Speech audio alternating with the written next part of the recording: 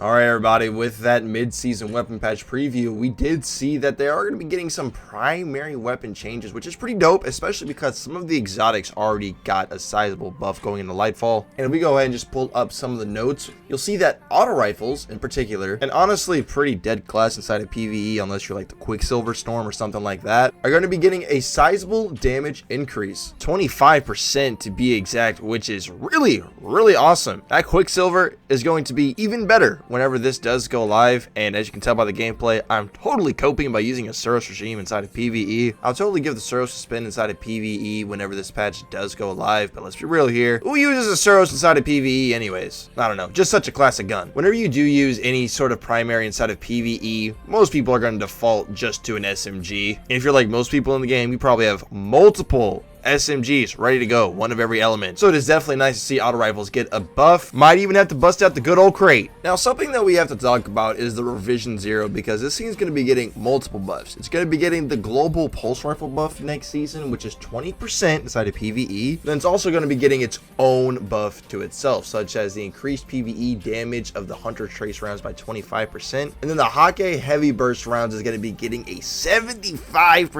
PvE damage increase. That's pretty awesome. This pulse rifle already does have built-in anti-barrier capabilities, and the exotic perk of building up basically free sniper rounds on a primary weapon I always found to be really useful. So this thing getting a buff and those being better and hitting for more damage is definitely welcome in my book. And I just gotta have to put this pulse rifle a little bit on notice. I wouldn't be surprised if this gun saw a much higher rate in usage whenever this mid-season patch does go live in game. Scout rifles are only going to be getting a little 10% buff, just keep that in mind, as well as Touch of Malice will be farmable next week because Kingsfall is the weekly Pinnacle Rotator raid. Just want to throw that out there. And the last thing, I just want to ask this: will this hand cannon buff apply to Ariana's Vow? Thank you guys so much for watching to the very end. Consider subscribing or not, your decision. Can't make you do anything. But for real though, you guys be safe out there. We'll see you on the next one.